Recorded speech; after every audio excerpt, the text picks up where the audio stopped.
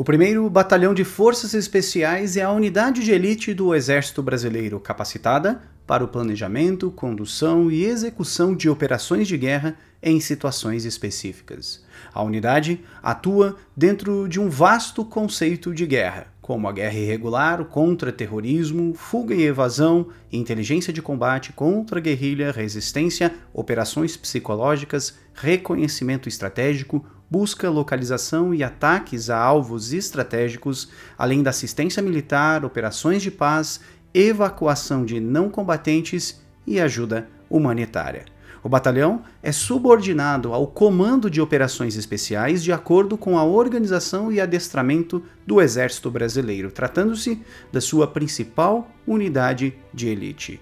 As operações do 1º Batalhão de Forças Especiais caracterizam-se por sua acentuada mobilidade estratégica e sua aplicabilidade requer um alto grau de sigilo, além de considerável grau de risco, já que, em geral, as operações são executadas em território hostil.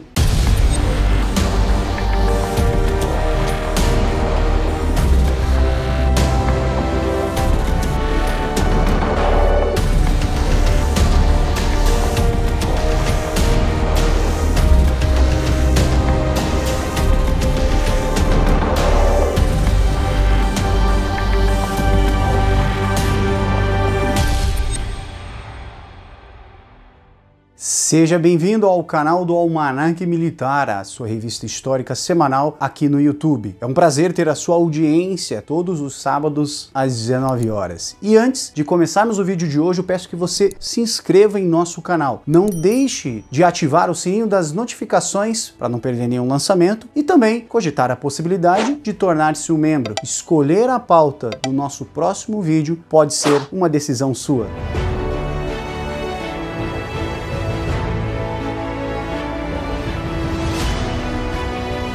As raízes históricas das operações especiais no Brasil coincidem com a origem do Exército Brasileiro durante a resistência contra a invasão holandesa no século XVII. Naquele batismo de fogo, os nativos foram levados a estruturar uma espécie de sistema de defesa muito peculiar, onde civis e militares eram organizados nas chamadas companhias de emboscadas e adotaram um modus operandi peculiar às operações especiais da atualidade. Dentre aqueles que participaram destas ações contra o invasor estrangeiro, destacam-se nomes como o do capitão Francisco Padilha e do sargento-mor Antônio Dias Cardoso. Por sua vez, Antônio Dias Cardoso também é patrono do 1º Batalhão de Forças Especiais, que também é conhecido como Batalhão Antônio Dias Cardoso. Foi um dos principais líderes da insurreição pernambucana e comandou um pequeno efetivo que venceu a Batalha dos Montes das Tabocas contra uma tropa muito maior, liderada diretamente por João Maurício de Nassau, e posteriormente, também em menor número, venceu em Casa Forte a tropa neerlandesa comandada pelo coronel Vans Hans, comandante-geral holandês no nordeste do Brasil. Também participou ativamente nas 2 batalhas dos Guararapes, quando na primeira foi subcomandante do maior dos 4/3 do Exército Patriota, tendo-lhe sido passado a investida da principal frente de batalha pelo comandante João Fernandes Vieira. Já na 2ª batalha, comandou a tropa especial do Exército Patriota, desbaratando toda a ala direita dos holandeses.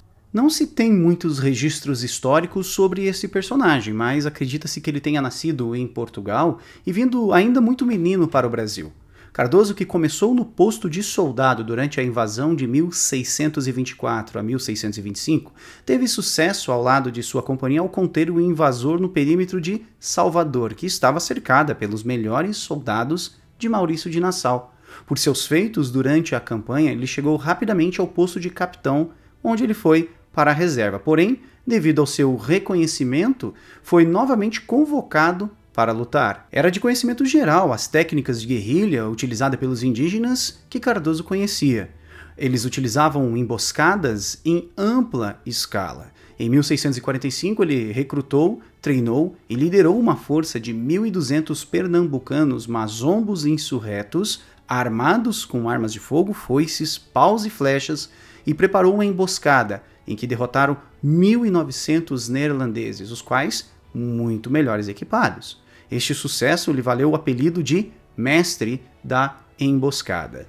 Devido a seus feitos, lhe foi concedido a honra de Cavaleiro da Ordem de Cristo e o comando do terço de João Fernandes Vieira, do qual havia sido subcomandante à época da Primeira Batalha dos Guararapes.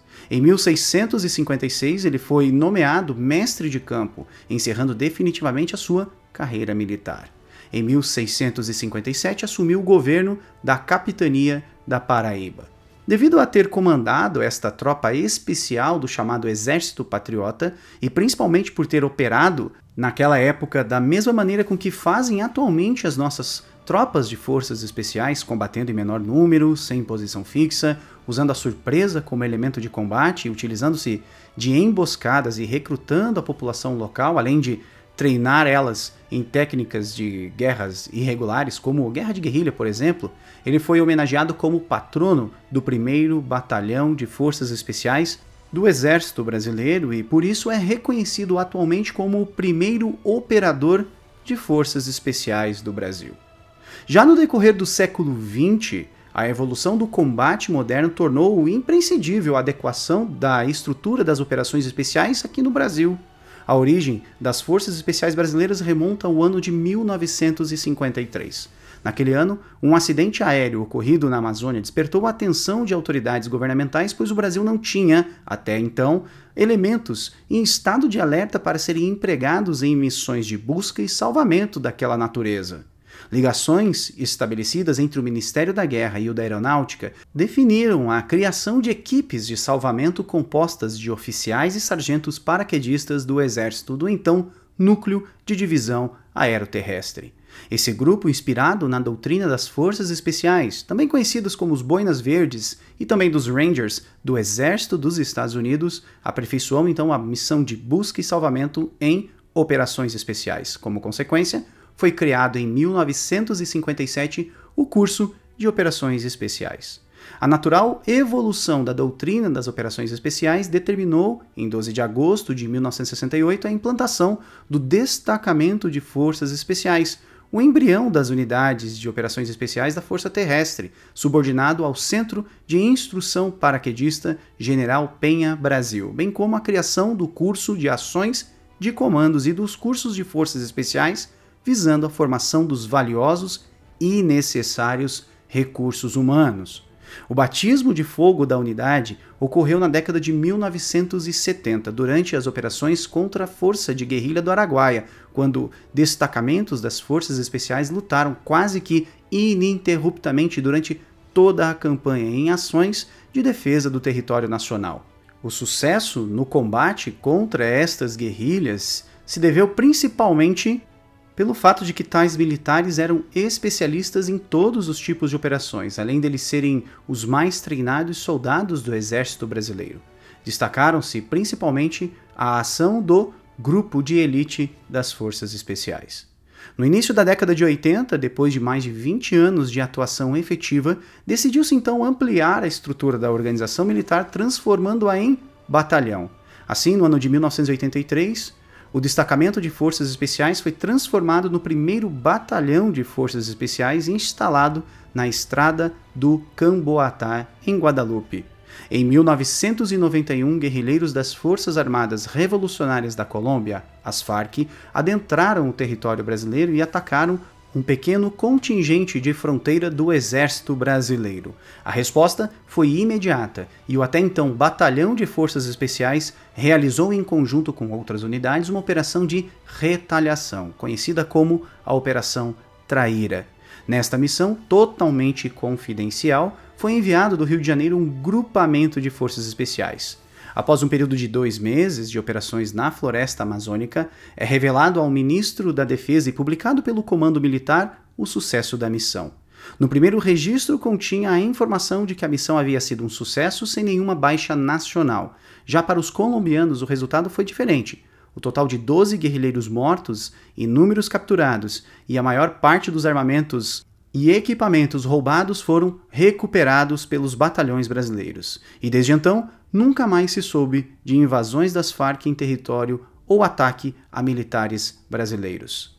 A arte da guerra sofreu transformações significativas no final do século XX. O crescimento das ações no campo informacional, aliado também ao avanço tecnológico do setor bélico-militar, proporcionou o surgimento de conflitos com características não muito lineares e assimétricas, aumentando o protagonismo das operações especiais nesses confrontos. Diante desse cenário, o Estado-Maior do Exército Brasileiro ativou um grupo de trabalho com a finalidade de estudar a necessidade e a viabilidade de implantação de um comando de operações de unidades especiais. O mundo dava a demonstração de que a evolução continuaria a acontecer.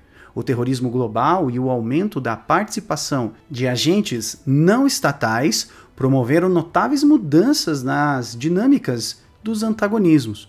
Promoveram a busca de uma maior interação entre as forças de operações especiais e os demais setores operacionais.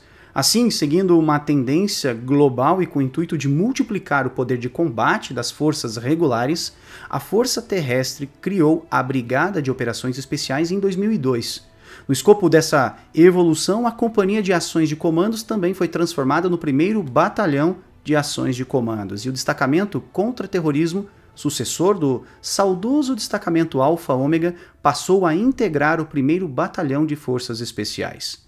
Em 2003, o Exército expandiu o núcleo de formação de operações especiais e lançou as bases para a estruturação do Centro de Instrução de Operações Especiais, incrementando a especialização dos nossos recursos humanos. Além disso, efetivou a implantação da 3ª Companhia de Forças Especiais em Manaus.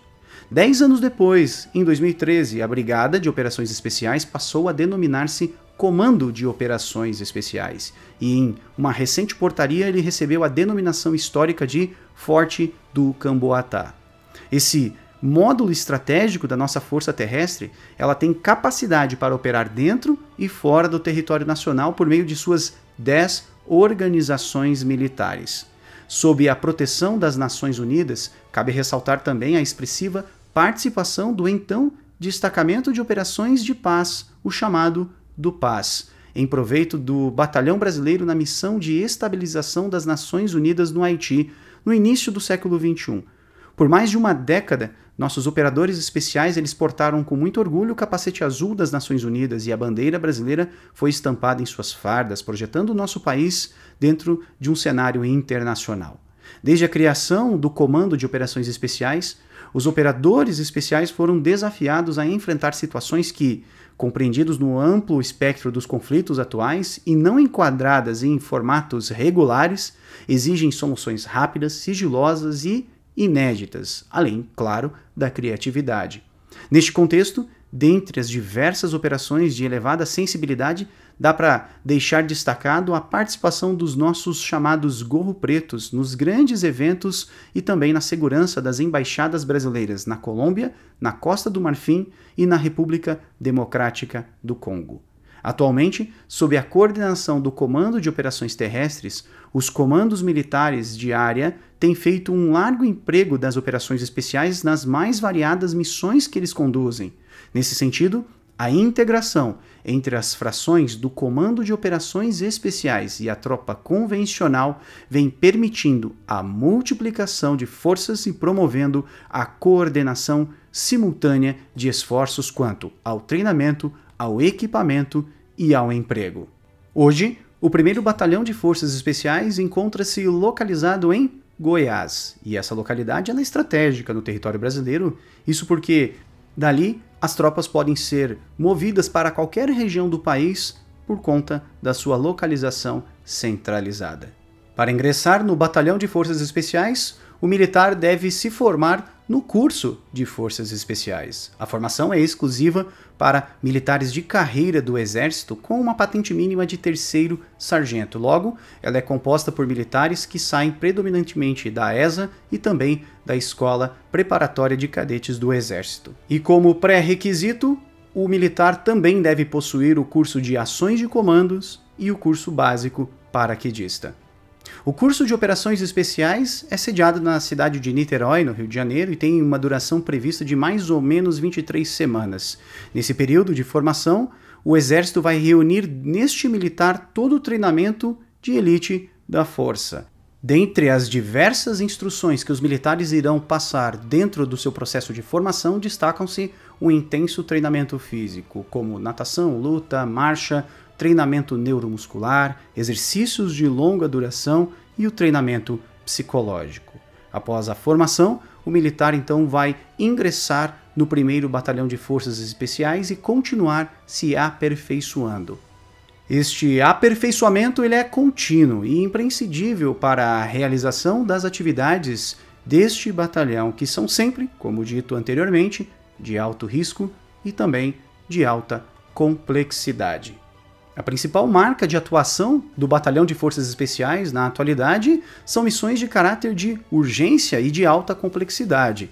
Eles possuem uma capacitação ímpar dentro do território brasileiro e contam com equipamentos que não são encontrados em nenhuma outra unidade do próprio Exército. Eles estão sempre prontos para salvaguardarem a soberania nacional ou representar o Brasil em missões de paz no exterior, além das complexas missões que dificilmente chegarão de conhecimento público.